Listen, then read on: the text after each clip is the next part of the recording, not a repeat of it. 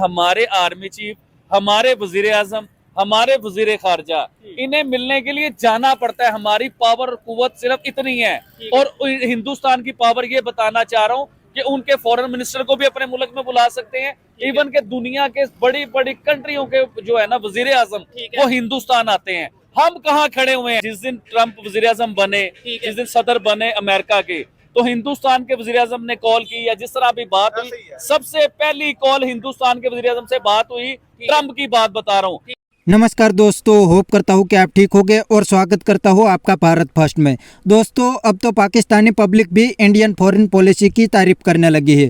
पाकिस्तानी कहते हैं कि इंडिया एक ही टाइम पे रशिया और अमेरिका दोनों के साथ डील कर सकता है, और दूसरी साइड पाकिस्तान अमेरिका की परमिशन के बिना हिल भी नहीं सकता, क्योंकि पाकिस्तान को हर वक्त IMF से लोन चाहिए और IMF पूरा अमेरिका के कंट्रोल में है। तो दोस्तों, इस बात पे देखते हैं पाकिस्तानी पब्लिक के रिएक्शन। अगर आप नए हैं तो पहले चैनल को सब्सक्राइब कर लीजिए और वीडियो को अंत तक देखें। सबसे मेन चीज है कि सऊदी अरेबिया के फॉरेन मिनिस्टर इंडिया के विजिट पे आए और वहां पे Indian foreign minister doctor Jaishankar से बाकायदा मुलाकात की, कुछ मीटिंग्स की, जिसके अंदर इंटरनेशनल लेवल पे चीजें डिस्कस की गई।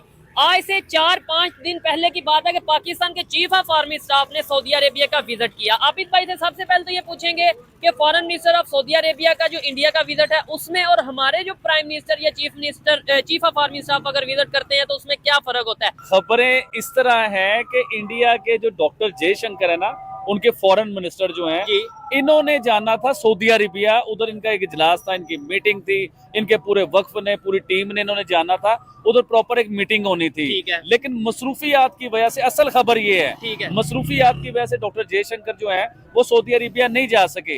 लेकिन उन्होंने ये सोचा कि सऊदी अरेबिया हमारी ब्रदर कंट्री है, हमारे दोस्त हैं, तो हम जो इन्हें बुला लेते हैं अपनी कंट्री में। तो इस तरह वो आए।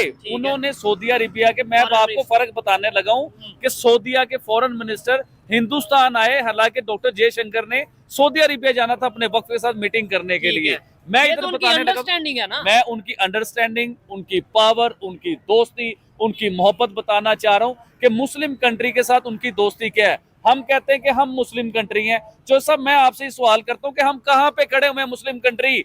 अब हिंदुस्तान को जिसे कहते हैं कि हिंदू कंट्री है, इधर तो हिंदू रहते हैं। सऊदी अरेबिया के साथ उनके तल्लुकात अच्छे होते हैं, ईरान के साथ उनके तल्लुकात अच्छे होते हैं, अफगानिस्तान के साथ उनके तल्लुकात अच्छे होते हैं, UAE के साथ उनके तल्लुकात अच्छे होते हैं, इजिप्ट के साथ उनके अच्छे तल्लुकात होते हैं। इवन के इसमें से जो मैंने नाम लिए ना, कई कंट्री अपनी कंट्री का बेहतरीन award prime minister Narendra Modi को भी देते हैं। अब मुझे बताएं कि हम कहाँ खड़े हुए हैं और हिंदुस्तान कहाँ खड़ा हुआ है? हमारे आर्मी चीफ, जब ट्रंप का इलेक्शन हुआ था ना, ट्रंप जब इलेक्शन जीता था, उन्हीं दिनों की बात मैं आपको बताता हूँ कि हमारे army chief special Saudi Arabia Mohammed bin Salman से मिलने के लिए गए। ठीक है, मुझे ये बताएं कि हम मिलने से पहले, ट्रंप के बनने से पहले गए थे सऊदी अरेबिया। इलेक्शन के दिन चल रहे थे, उन्हें क्लियर हो गया था कि ट्रंप प्रेसिडेंट उन्हीं दिनों में थे। चले उन्हीं दिनों में आ जाते हैं। मैं सिर्फ बात ये करना चाह रहा था, मेरा मुद्दा ये था कि मैं कहना ये चाह रहा हूँ कि हमारे आर्मी चीफ, हमारे वजीर आजम, हमारे वजीर खारजा, इन्हें मिलने के लिए जाना पड़ता है। हमारी पावर और कुव्वत सिर्फ इतनी है।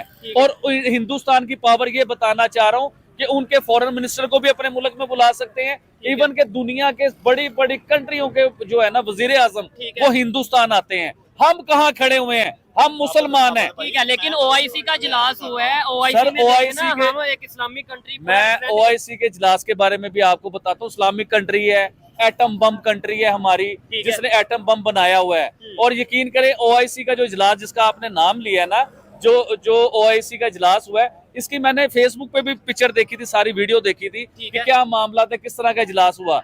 जब मैंने तस्वीर देखी OIC के इजलास के, दुनिया के तमाम मुस्लिम ममालिक के जितने भी सरबराह उधर आए हुए थे ना, तो पाकिस्तान, यकीन करें, ऐसे गुम हुआ था जैसे पाकिस्तान का एटम बम गुम हो गया है। यकीन कीजिए कि पाकिस्तान के, एक सेकंड, थोड़ी सी रह गई है।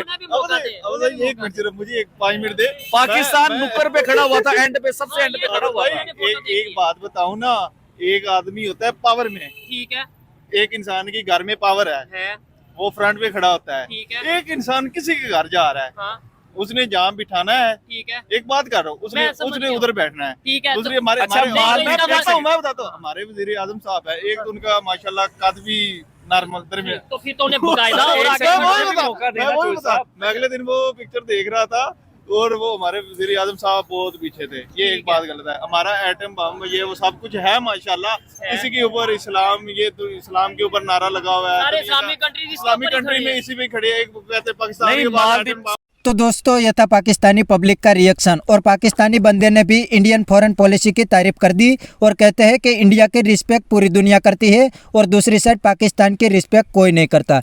तो उसका सबसे बड़ा रीज़न है दोनों कंट्री की इकोनॉमी। इंडिया की इकोनॉमी दुनिया की 5th लार्जेस्ट इकोनॉमी है और पाकिस्तान का हाल भिखारी जैसा है। तो दुनिया कैसे पाकिस्तान की रिस्पेक्ट करेगा? दुनिया को भी पता है कि पाकिस्तान के पास ना तो कुछ देने के लिए है और ना तो कुछ खरीदने के लिए है, और दूसरी साइड इंडिया कुछ ही सालों में इकोनॉमिक सुपर पावर बन जाएगा। इसीलिए पूरी दुनिया इंडिया के साथ डील करती है और पाकिस्तान को कोई पूछता भी नहीं है। तो बस दोस्तों आज के वीडियो में इतना ही। ये था पाकिस्तानी पब्लिक का रिएक्शन। अगर आपको ये वीडियो पसंद आया है तो वीडियो को लाइक शेयर कर दीजिए और चैनल को सब्सक्राइब करना मत भूलिए। थैंक यू, मिलते हैं नेक्स्ट वीडियो में।